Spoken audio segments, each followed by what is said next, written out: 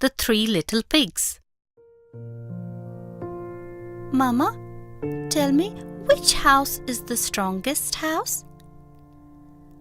The house which is made of bricks and cement and iron. Oh, Mama, my teacher has given me a project. I have to gather information about different houses. Oh, that sounds interesting. But have you heard of this story? The Three Little Pigs? No, Mama, I would love to. Okay, come sit. I'll tell you this beautiful story of three little pigs. A mother pig once lived in a farmyard with her three little pigs. They had plenty of food to eat, and the little pigs grew up strong and healthy. One day, the mother pig called them to her. "You are growing up so fast," she told them. "Soon there will be no room for us all here in the farmyard. You must go out into the big, wide world and build your own houses. But don't forget to watch out for the big bad wolf." The three little pigs said goodbye to their mother and went out into the big wide world to build new homes.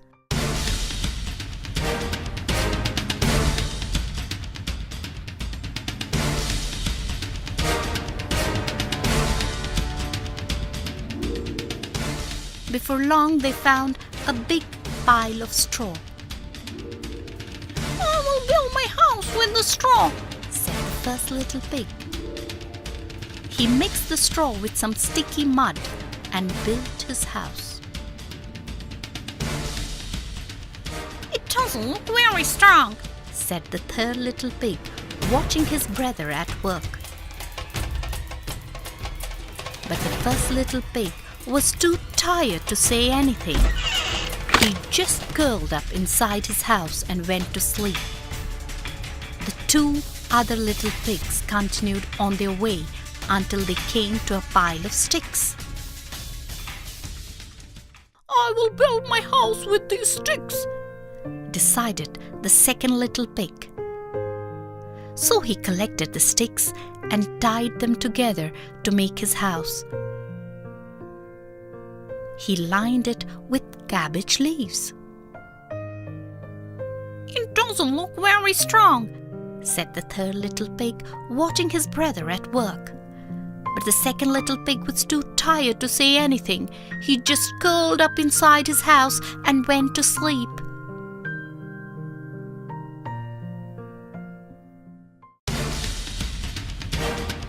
The third little pig went on his way until he came to a brickyard. The workers kindly gave him a cartload of fine bricks to build his house. It took a long time for the third little pig to build his house. His brothers laughed at him and said it was a waste of time. But the third little pig just carried on until he had built a fine, strong house.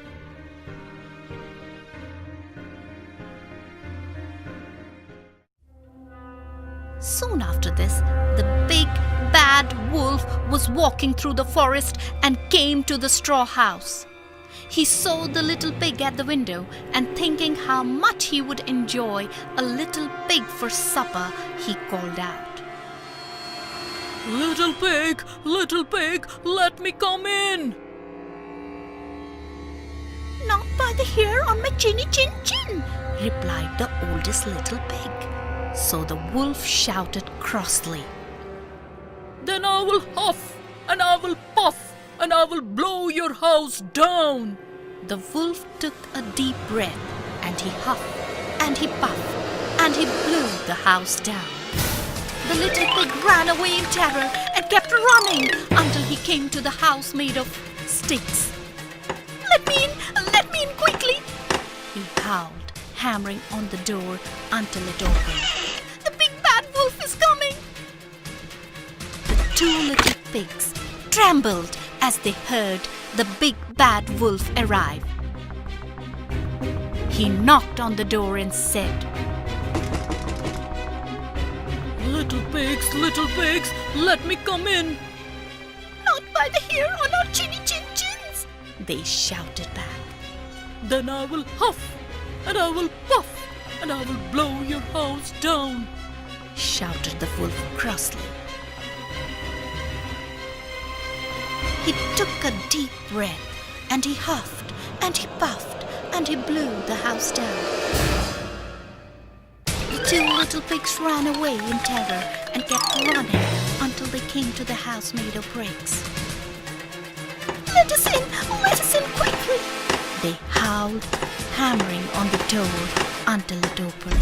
"The big bad wolf is coming!" The three little pigs trembled as they heard the big bad wolf's footsteps nearing the house. He knocked on the door and said, Little pigs, let me come in. "Not by the hair on our chinny chin chins," the little pigs shouted back.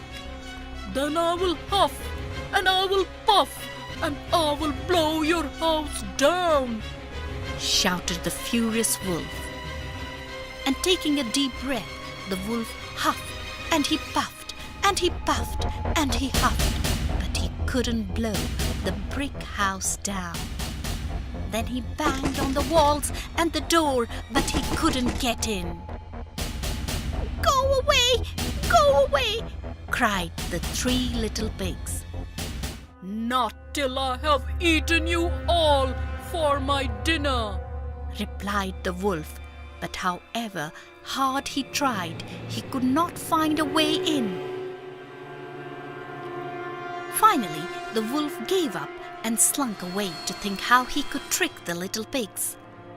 The following day he came back smiling. Little pigs? Oh, little pigs! There are some marvelous turnips in the field. Come with me, and we will dig them up for tomorrow's dinner. "I will meet you in the field at 5 o'clock, replied the first little pig, cunningly. But he went at 1 o'clock, not 5 o'clock, picked all the turnips, and was back at home safe and sound by the time the wolf arrived. The wolf was furious, but thought of a new plan. There are some lovely apples in the apple tree in Farmer Brown's orchard. Let's go and pick them at 5 o'clock tomorrow. This time, the second little pig went out early to try to trick the wolf. But this time, the wolf arrived early too. He looked up at the little pig who was in the tree picking the apples and licked his lips. The little pig, realizing that he was in danger, threw down a big apple. Just he had hoped, the greedy wolf ran after it, and as it rolled across the grass. While the wolf was picking it up, the little pig quickly slipped down the tree and hid in a barrel. Then he rolled down the hill inside the barrel, all the way to his house. The wolf was furious that the little pigs had got the better of him again. He was more determined than ever to catch the three little pigs and have them for dinner. He climbed onto the roof of the house, thinking that he could climb down the chimney. When the third little pig heard the wolf on the roof, he called softly to his brothers, "Quickly, quickly, let's put the cooking pot on the fire." When the wolf came down the chimney, he fell straight into the pot with an enormous splash. The third little pig quickly put the lid on. That was the end of the big bad wolf. And the three little pigs lived very safely and happily in their brick house for the rest of their lives.